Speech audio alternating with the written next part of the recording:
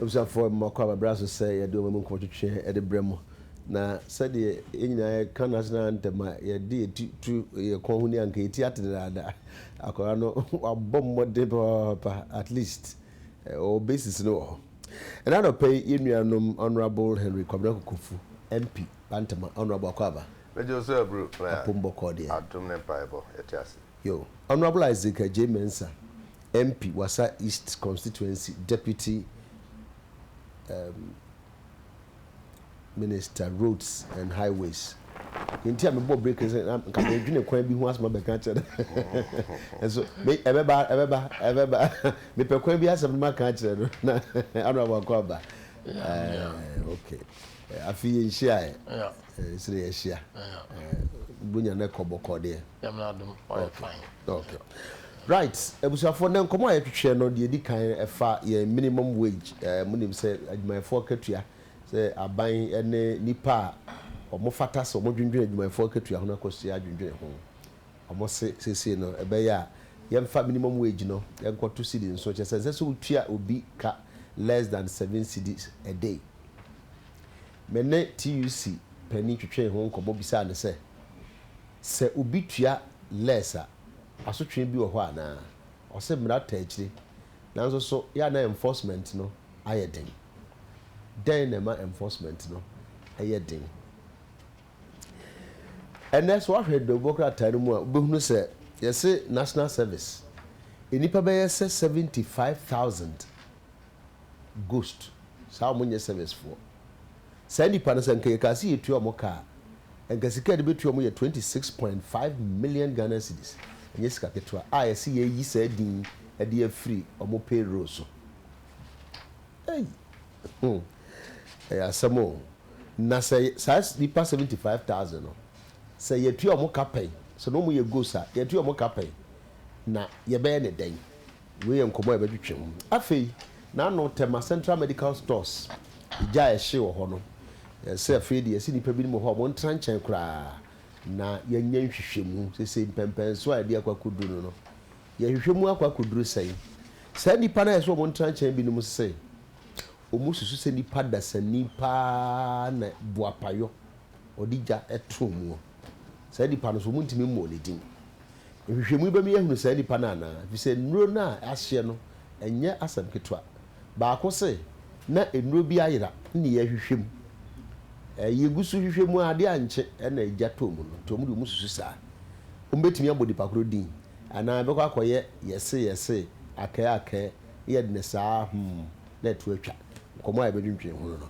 honorable mamisha semfri was honorable Kukufu 16.7% increase in minimum wage minimum sa man minimum wo ho a minimum wage untumi en tua less it to be strictly enforced UK minimum say your minimum wage act wo ho ha minim say your act wo ha na twetwe ho kobo no mentie de wadwen eye wo ho e da fe yemfa mom 75,000 ghost names removed no and say ghost no ma wo papa tie no asane ya ba central medical ho tie wi no na fe unu aba na asane ya ba central medical ho you ghost names enemate ewo national service yes what am saying a boombi boy ya yi ni pani bi so mo nkofie no ya de papa no court agosi say anyway say we court ya we court eti ghost names mate meba mate say na yenuanom ye kasa radios ye kasa aban ya de ebo ababa na tiki wodi koshim na wie na asa beyi na be ka kira na mpaso be na also ghost names no ya me ate ase say won a awuo edini ne wo mu sa nya za na te so ghost names let me obi a but ya me ate ase say nipa awuo anu mu dini wo it's never true enyo awuo ya see binim so wo ho a obonka ho mpo so bi wo ho a onye service yes so esanse bi owo university yes ye wi a na ya kase wo mba be wi school na national service obi ankofa form nti wo fa wi a ebi kura no your service dada because ye no akire ya san na ye san ko school bi ye ko yo ma ye fele forms sa ya se sa nipa ni nyina na amudi akohyem no wo ho no obi so ehye ho a oji ho aketia ebi kura te se ote obi atsa wo nkwan na ate ewu ni enti no ya de adwuma na gya nipa na biometric ye ko ba yi obia ya biometric ni bi ona mwawie mo biometric na ndi obia wo biometric ni bi a chese esese ye verify one sana upi ye de amawo enti eye den anana we nyina wo so ye de ye nimpefe se duru se ya na politics ne ma ne ade no na esese ye yisi nche na so ye nimpa so se full soldiers bebre wo so a omunya adwuma biara oh yes na full soldiers the party bi wo mo nti party bi wo mti party a wa ba beba so no na wo full soldiers wo ma yire mo na anu full soldiers kan wo mo ho a DC bi fa mbesi ne ye hunu no akubi o mo kidnap no ko se ba bia no otu sika gu yansa na onya kwa adwane ti wo mo ye yesa na ye de wo ma kwhye so this be omo kan she dem na otu sika gu yansa na wo mo chesi no mpamo no ono abonim wo brafo wo mpamo na anti the type to adwane ko se ba bi na to mo ta no to ya wo yi sika wo de boto mo tugu sa no tugu o mo so no no mo se sika da America yi ba mente ye mo ngasa je no kura me se minyante ono abo be ko ono abonim ya aye principal free police dispatch free ayi apprentice sunyane ana e rescue no I see. Oh, I asked him to crap. Okay. Oh, and you know, yeah, suppose just a man, yeah, politicians and pressure, Sanoma, near baby, you must say, I bet you at your coming and one high. In Tempano Bonse, yeah, where I came, who called district assemblies in a metropolitan assemblies, Ubenya Bibrio, Ubenya P. War. And I are conscious, I idea you need the honey, deliberate. Eye no kra so se e bia obi na de ne pe ebepe kwatikwa bi so se de wo kan akwakọ hyemu a wabra wonya adwumadia na ogi akatua anase won aye adwuma no so be pese wodi ni di nipa bi be hyehyem na e bia wage hu sika no wo ho but ye consciously ye ni dan ho ye di nipa ko wurawura mu se be ya abosome be so no ma be gi akatua. Then amana so easy say nipa betimi ayesa to the extent say betimi anya a number of 75,000 personnel sa omu ni ho as personnel omu ho ka 26.bb million. Yeah. Then amana easy say nipa betimi ayesa de no. Oh, aye way to siphon say we be sika free aban vutuo mu na odi akodi dwuma foforo bia na akọ ba bia ensese ekọ aye easy. The national service yeah 1 year. It is a meme kwabna me woso and a few way. Let me didn't kwabna kokofu me bank accounts ni bibia woso 1 year na. What you say? Na 1 year no what ya meka. Nka ma wie service na meko. Na the following year no na makatua san ba na san ba sa over the years ah. Na che say and how do you mean? Because automatically you should know say TK Mensa or yeah adwuma or yeah service no 1 year no the time was so we free system no okọ enti why keep on adinti na esa bosumi bia no wo san tua sa nipa ne ka saa fie miensa enti nya ba akofo na otena ho boss apo no e ya de a se ihwehwemu no ekofom yie na baby property ana won so ayi won free mu no se yahunu won iti yamubo yamfa dine ne mra bonten na se me kwabna kokofu me ka ho me date of birth bank account na me digit scan nyina ho what you say it is a pass say me a me ba bontena na ese police be fa me won za se waji sika yes won fata se wogie ense so mbeka che say yi 75 na why 70 what the 75,000 people are shame na why you ma free mu a ye de enya dai fa dine no bra ye publish dine no ye publish ni ye hu won awuwu pa na ye be hu when we are no matiase na obi di on dini na agi sika ni die no ye be hunu senso say ye won kasa so na e beji kodi a esese ye hunu it should go beyond this mere publication no nya enough and that enya enough kura oda one ade 75,000 ni shame wouldn't say shame and ne wa ba bontene say afedi e wa ye afrim ma ye hu kwa kura de ni koye ko shame ana we would bo we say ade we ntumi fa nhye yewura JJ Rollins aban penso wotumi fa nhye JJ Kofo yewura JJ Kofo aban penso ya afi bia adwuma yo every year supposedly every year as I say nipa ahodo different ahodo no mudin ba payroll so it is a consistently na afi ba ku we afi mienu eto so basa where the would show be any you. I buy Marabontin no me publish it, you know. Seven midini won't be a. Be an amajibi. Na you musame. Seven ye so, and you will be the shebaby, and what did me dini a kuguramun or gidia, or no so as a see you. Near your head count. Now, but who papa paid more, what the bear 60 years, as I say, or your national. Yes, 60, 70. Well, 15 years in Yana, you do me the national. Mammy Sonia, I don't know about Jemensa. Yes, silly part of the other shame. Major said, wouldn't be a bad against her. Yes, I see the part of man on Siambo. T definitely nipa a day nipa din shame. Then, oh, my, yet me at only past 75,000. Ah, Omunio. And yet you try moka. Near complain say you niska. Honorable as me and you want. You already can be that sick. Ma me fast when yes so. Sorry, and chair me persuasion for. I was sized for the was really gonna phone now. Na me fast when so me mamma fishapa. So this a fish see me ma high. Me ba chapa. The mo be a fishapa. Na minia oka ninsem. Some in say, or my time crown, or Mr. Daddy, Nipa Dian, she says she was not confused as a minim, and the answer say a shudder, and the food for D and for food near the shed in Peru. Ah, just say, ya compensate to minim. Me ma, and as a fast alcohol, so I can say, and this year be sa.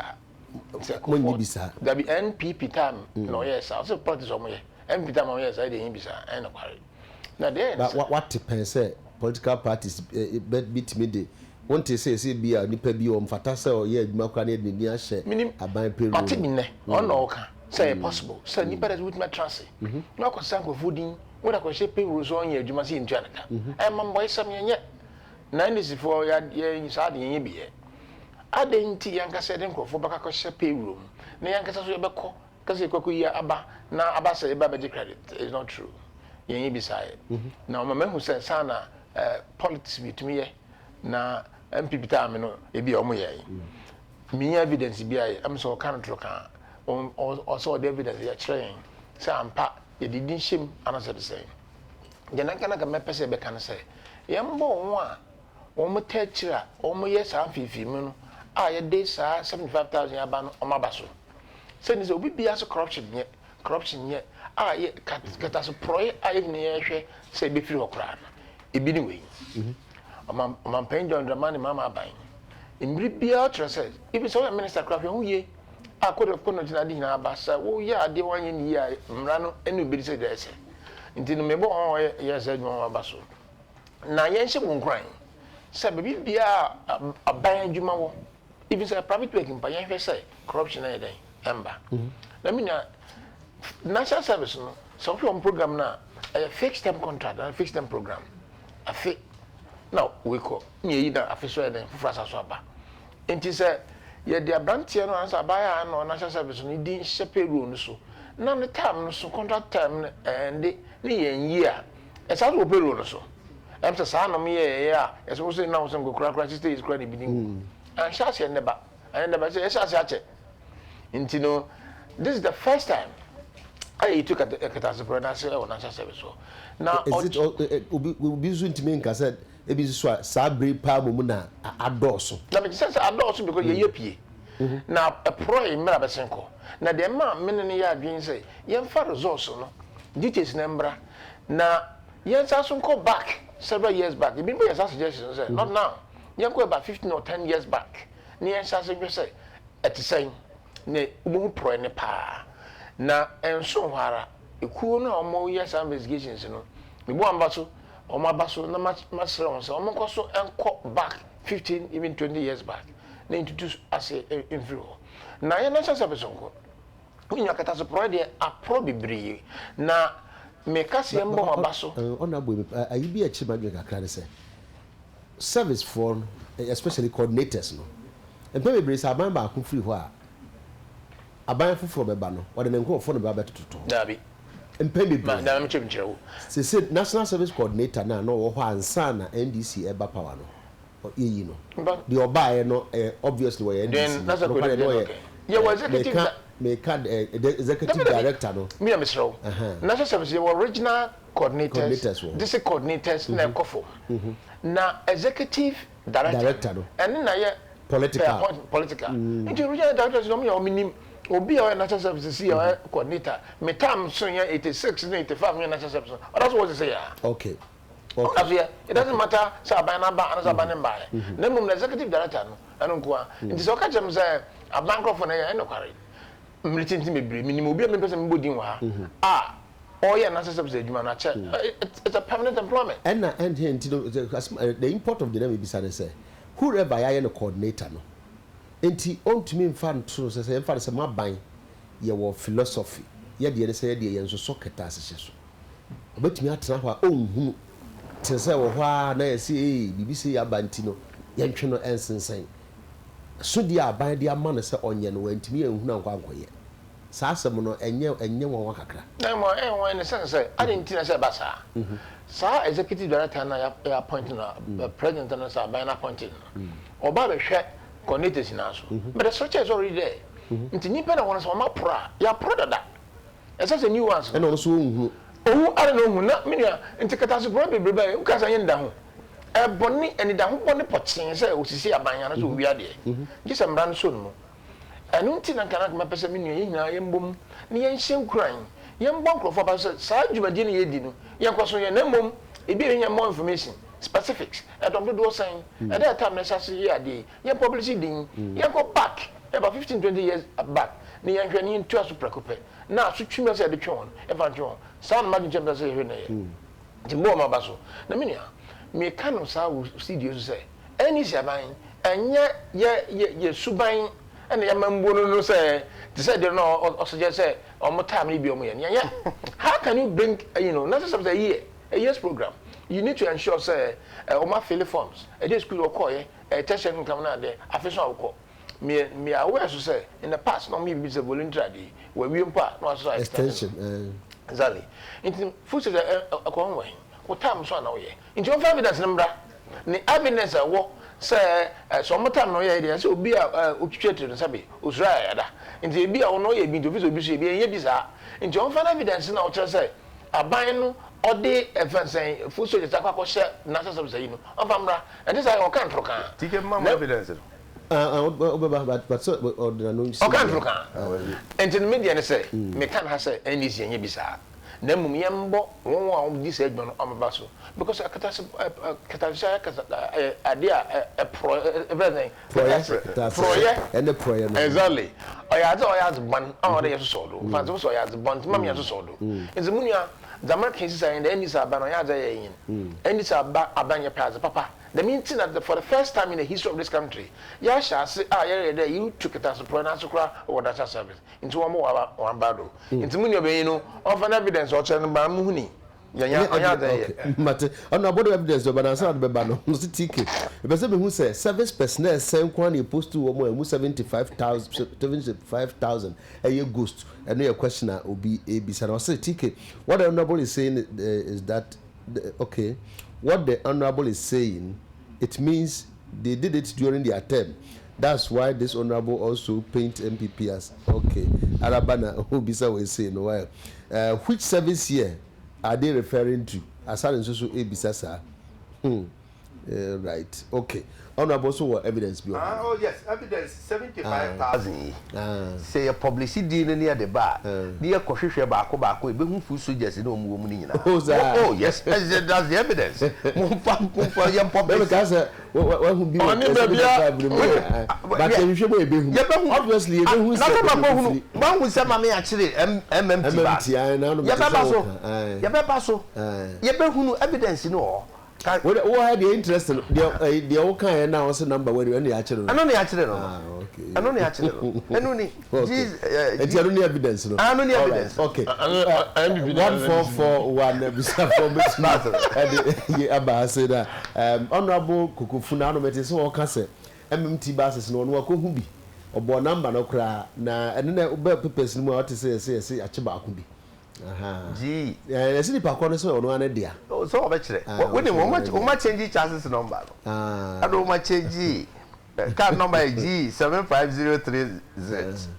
ana chassis number e tamale depo for bus yes ana body number na 2004 ana omudi new number GR 1504U hwe nieba we nya dine o ye ko DVL a na ko sa de ibe hu bebre o oh chassis number na ade nyina ana bo ye hwe we say Fred say minimum wage yeah somebody can no question about kwam bisa I say you betumi enforce TUC penny say ya na adding e wa say obeye sa de no enti binim kura kan so mu su say minimum wage no kura de nka be ya nka hia but omo feel say at least it serves as a guide enti no sabro no but baby e pagya mu koduru ye no ene ya ne relevance and am pese adwendwen ho sisi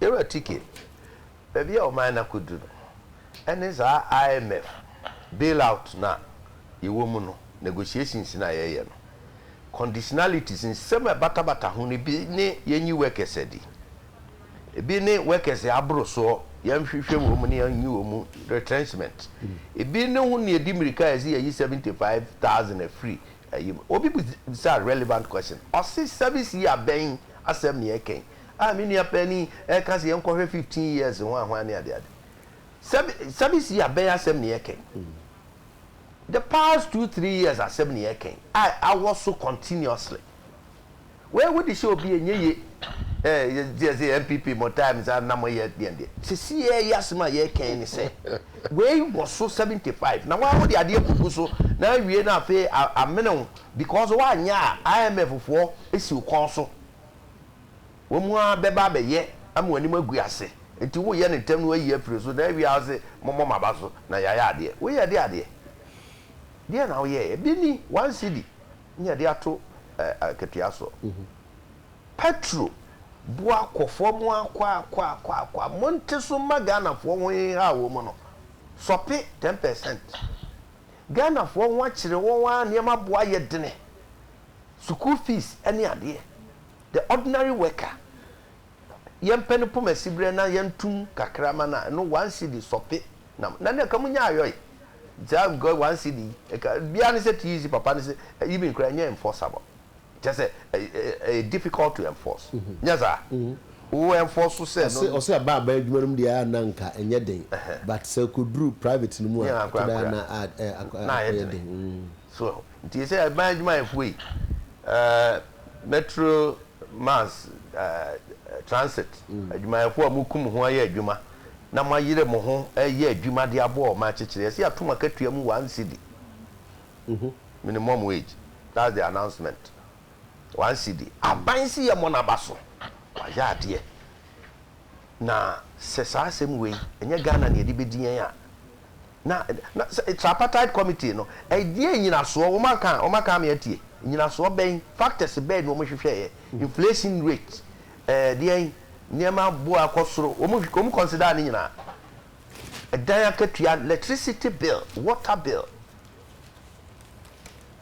transport ni nyina wo mo consider no mo de 1 cedi na this is an insult to the average Ghanaian worker ya momodin aban momodin what you say na wunya hwe mo ase a wuja abono kro no petrol ene wuja akra na ade te petrol so ne tol no price ya yinyina ho ben high mpa na ke ne na wo mafa ne sa. Also, some of the workers who spoke to the Ghanaian Times commended government for the increase, but noted that they expected something more than the 7 cedis to commensurate with the increase in utility tariffs and high cost of living. Meanwhile, Minister also aka or say mrata echi nti ubia momode ansa obetuasa, and then he referred to the Labour Act. Was any establishment, institution, an organization whose daily minimum wage is below the new national daily minimum wage should adjust it accordingly. We are emphatic on this directive that employers who will fail to comply will face the full rigors of the law. Nti contradictory. Do we read the workers recommend abai no. So mo ba abai so na so mo sen kebi mra biem. And that is a contradictory. Let just enough. So to the watum na ade a ebeboa. Amwa won.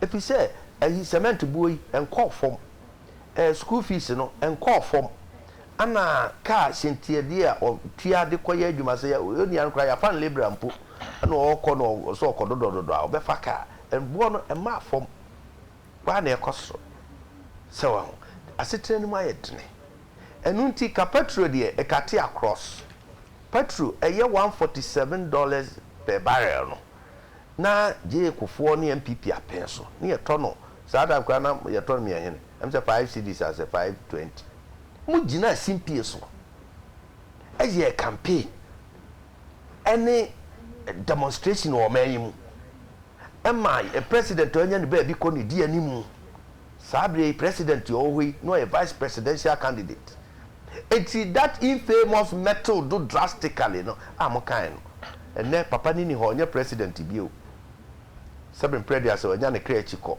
nti ordinary promise ko masisi maso ye ka kire mo say petrol no ababa be drew less than $49 you turn 130 when it was $147 near turn 5 cedis mo ka kire Ghana ni wiase nyina and dollar remains dollar na yen rano dollar krona that's a greenback no dollar nti say any other currency na fluctuate ojina de ojina eye $147 no na mo say Ghana for betting at turn 2 cedis mo the blackboard na chalk free says a chalk ro mo de churo wie na teacher for nya chalk bi e okure mu so mo kan bu harmony e kan sa just say you did wo kuro metal do drastically mo ba ya a free ade bo so na me de me yakra na ba be kan bia e sa petrasem because time price ne cost mo so ye de enka ho MPA automatic adjustment electricity ne atum so we PURC and etu ye de enka ho aban de na ape de so te na ba reverse ape de aban wa bam say sika na when for no ma fa nkosie na abandi Ghana for sika sie pay am ehu pay sika ben na aban tete ye de kosie ma Ghana for a watimi abu hu akonta wa ka kire ti a true pension ya ye manso a mo de workers akogina court common fund get fund eno woto ade ayate ene national health insurance fund yate akeno de kadoboa anka ade akoto be bi eda eni nyina ye ka yensa ama muntiti we say krokro de Jones here de koto ho na ahokire ba hey mumuni mu ahokire bre in your opinion also say ensani kakrada what do we need so bubu say bia say cost rupin so bia private jumayafo bia mo so bia be den so mo so betua sa dynamics no wahwe no so mahwe na nti no anka wo set foundation fundamentals na right here nanka cost of production e ba for more so hu petrol ne kania ya na mo so ho ahe na memra wunu aso na kaso asitike the minimum wage is not realistic compared to the economic hardships Ghanaians are going through never tk e pa cho bebre da ben a better Ghana management limited for he betua yeka mesro bomodia na bisasa asemi e maye we na say thank you you miss thank you bi tiki ka cha onabu kukufu se be panasem papa menya pa nkoye madamfo da bia mehunu bia na mani age sa na wo sere me se memfa wo number mana na se memfa wo de ma no nye okay tiki ka cha onabu kukufu se ghost name no emre bi atwam ne san frɛ no over the bar edino de esesa sa fititina na esesa be su sabre we yekwesi second year no honorable no me das I'm the maka fancy because I was second year was oba no yazi but I in there ozi kan no mada abanase na mabo eku no oya trapata committee na wo share na won negotiate yi no mabo na aba do wa yazi sentin na akwana wonam do a wo ye no oya shodo na ya asumdwum so ama workers nala one workers leaders will be munyaji because if you organize labor one comment oba ya wenyaji na mfa na mekwani do so na menchechi mkakra dan minimum wage no all the tax there oye leveler obiara otua work biara kan no on do ko fom so 7 cedis a day no Sarutia na kawa butu metua no 7 cities amonkofo butu zibiaka ho enti ono nche de dam 7 cities a wakana asam no ono butu biaka ho oye basis a organized labor no dan crofo butu we gina do na wora won negotiations enti America say ahwa dam kakre bi me statistics no say na mi de dam kakre bi mpo no butu on dam 7 cities no dam kesenara na wutu on kaw mobo them nama 7 cities no so if you organize labor ya if you skill uchi wana also I 7 cities bia also nti me peda ibu de anya de them negotiation wo wi 7 cities no che de them yi na kasa na compulsory order wo uchi bia no or your line order wo de ma mo bia ya head one trust line exactly nti o yin so nti de ma nka organize labor wo lenje ho ana won juntum nti mo bon about do e kwa ona mo do a them negotiations wo di wi na mo mesra so de obi biara wa fa obi de o ye libro do ya bazan hwe na tue ni ye serutia depend upon performance and ability to pay niza na you make sure that say bi nyi wo kra ni 7 cities mama den mama mbon nso obi biara ka that them ye was a be say or 16% akatuntum also mangasa me HR person HR consultant nti say what track ochim 16% onya zakaba ibu mbaba na yan this year with 7 Ghana cedis minimum wage nti dami mubo about as American yer ka aketwe ntuma ka de minimum wage mo asam na menua odin nam fuel na odin nam airport no mazi no asam yer ka one thing I saw so akwan no so no we no discuss them me very compliant some ba na say they indicated the margin area or they make sure some trampa na mo kakana ma ba mainstream yan capital increase na so so oh no there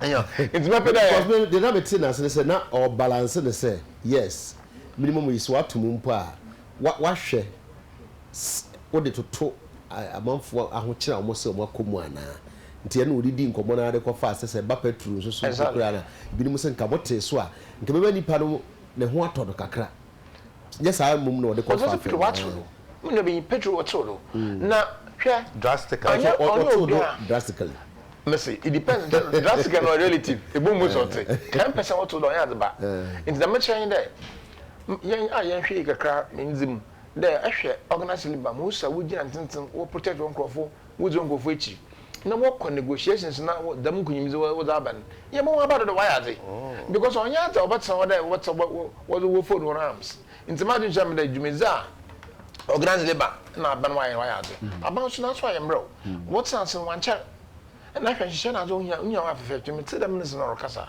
minister na asem dey oda organize labor so ase de wana gbeyi no bi biara wo boyi madam kwimizi wa ban odo bi biara ase no ye o Ghana ni hina yakwinyim nzo benam so no chere aban so ayaze nzo bi so robo aban abada oye nti mo bi biara te de dem 7 Ghana cedis wa ja tumun onye sika wo so wo jonkrofo oye borderline na chere intum nti o mafom awo ability to pay more choro koso tanam yi my minds na me human resource director o new minds mdamara na yekodem negotiations union for Ghana ma workers union very organized workers union nti yakwa dem na ma 7% na minimum wage no tell o ya da o the start was koso ye negotiate ye me bia baka ho nti binum cha ketwa kasa a o che ni kra adom dodo nara na mrepem no ma gbe chem de o da was ba me ho de Ghana fu anka ahona wo formal sector mo che won ka bosomen mo dodo ahi impo no mo dem 7 cities no kakra bi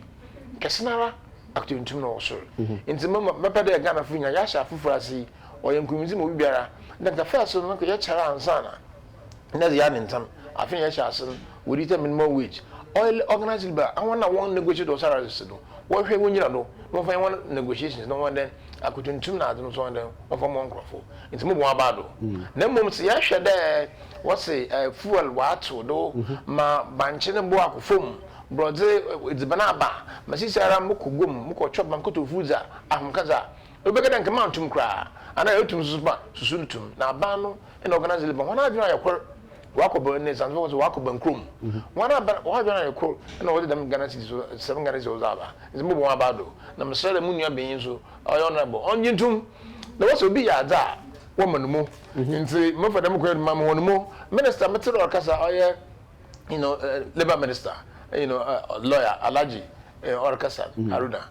Na no okchi. Na mi no ntwim pokadam. Oh. Onye adi. Unim so ka ontimi twi sa. Na mi no okchi. Na no twi no emotso papa no onye se vaka no aka. Twi vocabulary be na kai pa. Oh, that be there.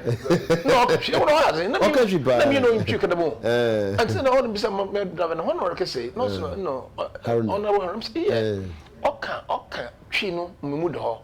Na okasa papa, okasa cherry. No da na ban oda so ase. Na organize labors or na wanase nti munia mo fa dem kwani do minister so mbona ba do na wa hwe madam nhihye wa ba ma yi atoi first nki bu na kaskasa roba na kaskasa ma nti munia ma yen hyen kran yen hye organize labor kran de e kwana nkeka ho a wo ze ye ma dem negotiations be no oye yen ko yenyim economy so ye ko yenyim yeah.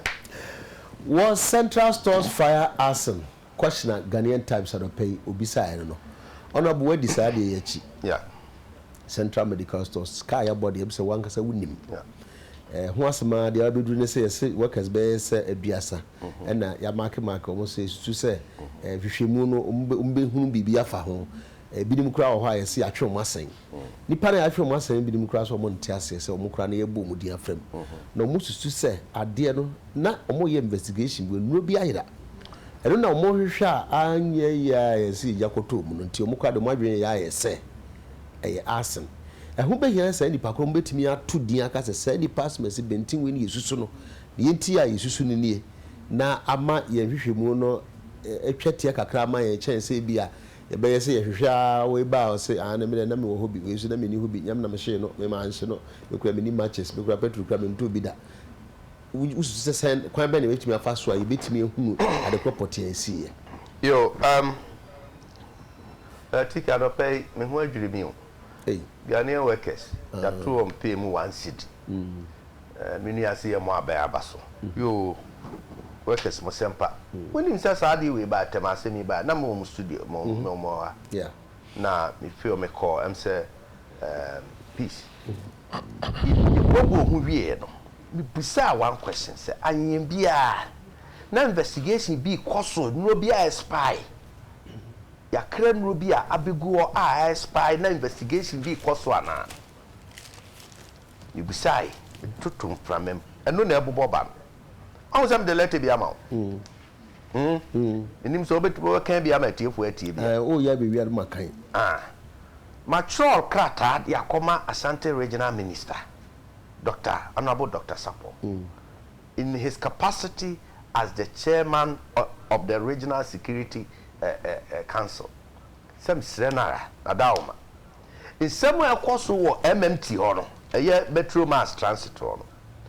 Oni na pamfo hwe ne empe bambo sronko na yemfa ma sa depo no enya honko mo amutie me baabi biara tamale ehifa baabia Metro Mass Transit depo wo biara security council wo ho say district region dien mo momodin metro mo momodin say mo bobo ho ban epi say ejabetimi atoho so na ye hwehwemu so bia na ansa hwehwemu na ye yes okay ye hwehwemu okay wakofa we abedie okay o say yesterday the Deputy Minister of Health Dr. Victor Bampo and Dr. Constance Bat-Plange, head of the malaria control program, revealed that the fire occurred when some actions were about to be taken to check some more practices. Exactly. Dr. Bampo, speaking on Joy FM, said the health minister, Dr. Kweku Agyeman-Mensah, had detected irregularities at the stores. Yes. And the fire outbreak occurred a day before a planned action to institute sanity into the store's management system.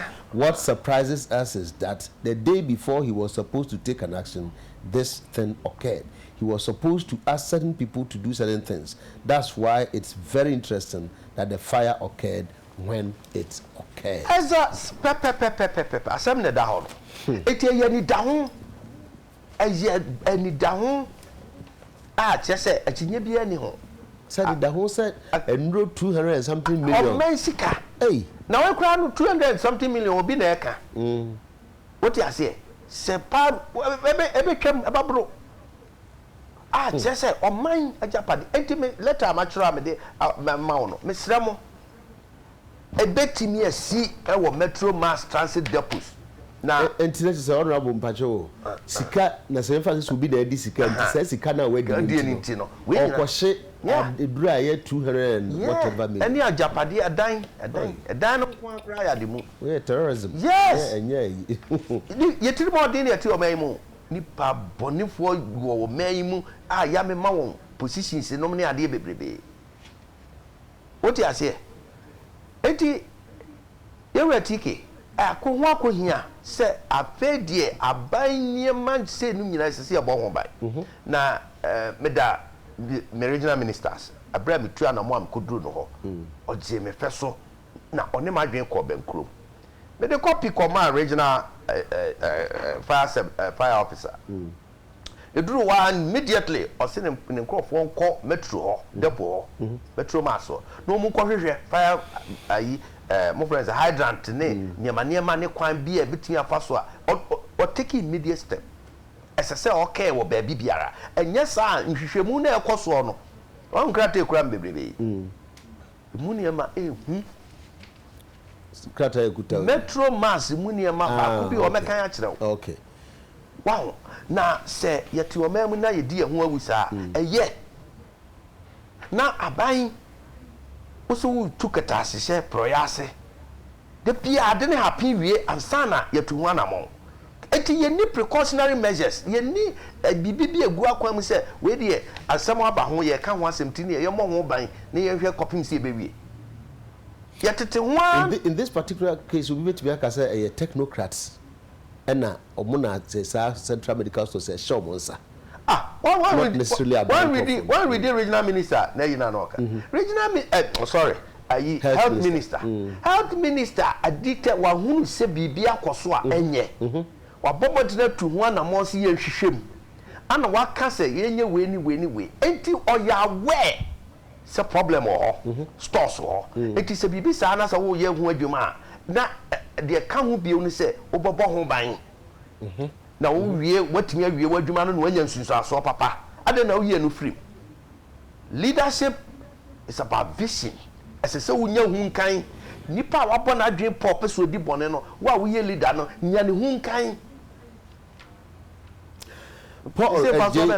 Adekye takrade o text out by no mate yo ye pedwe ho ana bo Adekye mensa say am passe sas obi na dija atuma yebetimi aye because yebetimi aye that heartless say idea minim say nuro dosu point say hu sika say o say me dija akotuma hye no na be me dase mo gro mo krana me peda discussions na be yen ye bo nwanya na ye politics aba be chim oya do ban oya mambo sam de say ye waka ho na simple say wo fifia na wo hwensem mu wo adwuma ho na o de ka ya za o de dem susan de o da be mi marade he's a good investigations mesre the investigations oya no one no for reporting man obi biara no hu bebem de ne sashim de dimension no omradon odemra oyinidi de mo oyinzi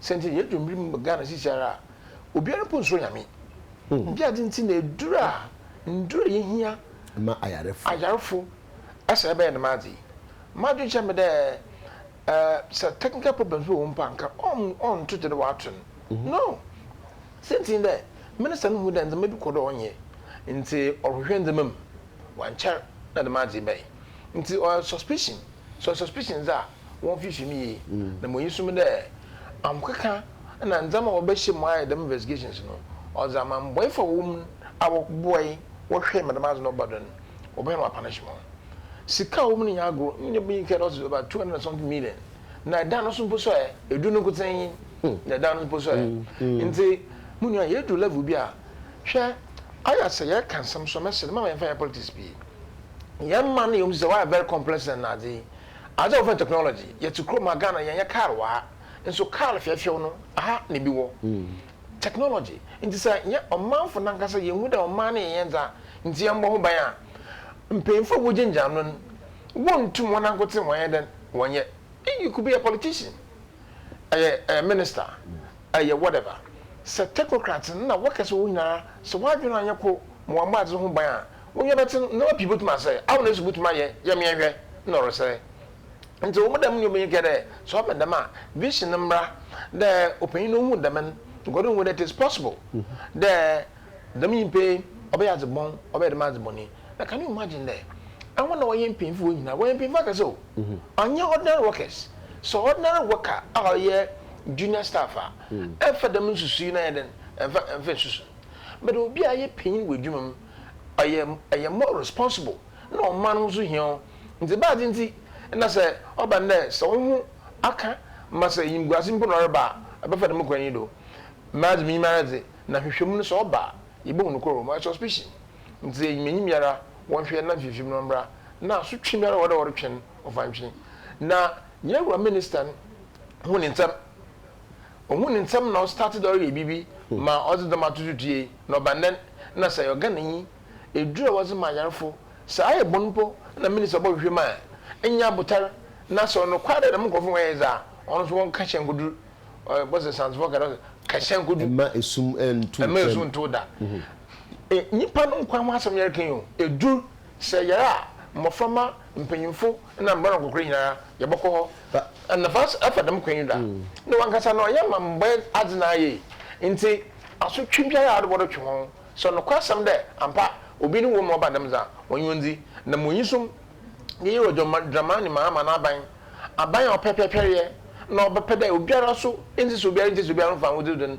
obahwe afifim na obiara de operation wa punishing brains wa punishing modi ya cheye magana fina yako the master mozi no enyibrisemo enyibrisemo papa apart from the ye sika so orkwan edu can you imagine that the private sector so amahin edu bi aba asanyi bi maso bi yara obede yoro do kwa buchi enyinyi yara meyente da abane ayanhye bi de edu bi ro hia na odega nafo se obi yara no second wohwe mo saka another contract of course this is Ghana I don't say ye shi na ewie ya say akofa ye sika so befa into obi biara no wom what the mass means the vendable is one of the serious as the honorable mamwa ene kame hoy na yen kan kire yen papa honorable speaker of parliament say betimi a oma parliament yen so yenti abedwako na yemhwehwem ye was select committee on health ni so yemwa hwehwemu ni bi nti wenum de nam ha na nka yenso parliament committee na nka yenso ye de nam ha enye join de ababua join de ye wa manyu kopi wo ye wo nkrofo pie wotum ye bien na for police for so what can hwehwem za mbutum aye nti mesre de nka parliament for na nka yen hold ye gans kakra we report no za ban ni yenso ya fa ya ban ni ahwemi no we ni ya no wan ni ye so until the ma e baby e ribi no all the wo reba nti enyimanyim yara won hwe na fifim no ombrado ero ho enyim na nkofo fa afia coast na amana nkofo wo eba gia ya hwe wo ase ye the program no be si ase but ase ba ko ahwehwema so ne se saade e bi asi si kumase ye warehouses no send ye sisi no such that say bad say jakura toma entimi nhye dwebe saa e bia ye de ni hwe ho no so a e bia na aboaye maybe in some future time ye di nkomo a e betimi ahwe no so just yeah ejasisi in general sanu podie esisi ya president ekofa America for me ense bi bai so mu mehwe ade kro wo mu bai wo free okọ na she more agrofro ba na she more and start we just put report no mu ya she dan hu ba ko na abrase e say edu sa bre ya she pa she more start say she be ana you started see a chinkrofo no national security advice president say arson suspect you sankrofo no mu wei ko si die say no mo court batem say asemna anwenese enti ejasisi no ade a say you fa no pomasibre me go back to MMT ho no ya po no abu kitwa wo hwe o say the figure you are please noted to provide the economic value in repairing these buses. The figure should be very high so that it will look unattractive for it to be repaired. Hence, that could say that resulting in scrapping because I do here pana on abojehwe wumi letter wa tro say yemmo yihu ba no obi so anka kotwaja ankotum bi na bas de sebi ete se dwantire timi koyira nkwan mu dia no ye de o board de etimi hono o ye de o democrat sensing de hu wa face action ho de anopo de oboa ma dem MMT hon problems so wa he wa resolve nso bo ho de secretary bi wo be say na za won hwenu nsisi odika o ye so yes sir me na no mete se wo kan sa asem no then I was surprised they said the next day na mama wa say why that what information in there precaution be we take about take why until oye na say dem na report am all right and no anya dem nya no ka cho but dem is send head wa me say honorable yes sir mama nda say brebo de etimi hono won kwan mu na say dwantire pa da nkwan mu na ayira de na nipa na de sani na yi bas etimi ira de papa we kia de you know president I'm rehearsal letter no ka me akan we honorable Henry Kwabena Kokofu uposo nkwan no BSc LLB na alphabet yin na de go member of parliament Bantama constituency protection for Metro Mass Transit MMT depot. I wish to draw your attention to the urgent need for enhanced security arrangement for the premises of the MMT in Bantama, Kumasi. A working visit was undertaken by me on 19th January 2015 to ascertain the effect of the ongoing impasse on the company's operations and performance. I deem it fit to suggest to your office to seriously consider immediate steps to safeguard the facility and life against fire outbreak and any other security threats based on observations made and information gathered. It is important to be proactive in this direction as investigations go on to verify the allegations leveled against the interdicted Deputy Managing Director and the Chairman of the dissolved board of the company. Sincerely, signed, Honorable Henry Kwabena Kokofu, Esquire, MP, Noakopi, the Office of Regional Minister, Ashanti Region, MCE, Kumasi Metropolitan Assembly, Regional Commander, Ghana Police, Commander Wine, Regional Fire Service Officer, Ghana National Fire Service, Bafo Uswa Mankweti, Bantama Hene. Nana one copy me. We are not the other way. I'm to me some many we have delivered. I'm not for the Mukwanido. Na mada man paying John the man member that I say. Not ban Jumazo in Kankai with them wagey negotiations ye the minister Ujinano in a large Haruna or Ujinano Moshe Madame Zemina Wako Toti. A face with Lebaso, walk home, them trapper committee na Bubi Bernabado, the Wayaze, that Mri Akatunchuma Fakas Biaramba. For me, Pino, this is the first time I shall finish why them negotiations we are Akasu Biarambe. But you the better Ghana agenda, na plan over them 2015 nation obado. I feel some minister of health or Maniaku Inara, and she went over one or Namum, and she said, Pera, Ujan Robashe, Mozin Fishimaba, Maya Tree, and Codononia, and Pierre, it's Macam. I feel national service, them Medinaso, like Miss Papa, I want to wear the major man. I want to wear the major man. David, no, maybe take me here, media. How many IGP na me bona baso woni principle honorable feedback tema woto we ewura na ewoso no mo dibija mati na me ka say yewura IGP one ne ma principle ma bomode papa dana me dey asem ni tuja no another radio station airport no bibi basa bi say honorable Kokofu des IGP no minim pepe say enye ono na so ye nemo na me sre na me plead say se ne da o mu ye mayen no na da o ma ne manager ampa so within 12 hours o issue order na aye adwuma nti ewra na da papa mati dada o ma shiashi e transformer nyina enem nemu yempia de dem kwani de maka mo bia ya de guda ye nsiesie nti ye die botwe o ma nchire won but so okay so say ye fio na dem medina dem kwan na we ye fio so me ka cho de sanfu ye me ka cho be ye afi wa bibia e fine ma ya chi me say da ko ba fa ya kwa pro ye na me amedo be kokko be bia me. But in the UTV, na se ko be for yan woko. Na se ye ko be bia yan woko. But UTV no coverage no odzimu. Yes. Enti baby bia ro fi there auto chewo akwa famra. Me aso enti. Mate. Honorable Henry Kwabra Kokofu ye da se you see one na was in the bus I da ohwehwe.